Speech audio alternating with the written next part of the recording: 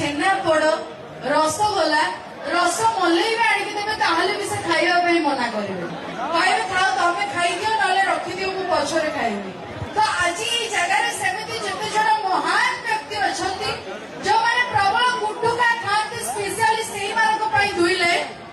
सफल बाहर कमना पसंद जेते जहा अछि गुटुका जो माने ताकू खाउचंती तांको गाल तळे उठे गुटुका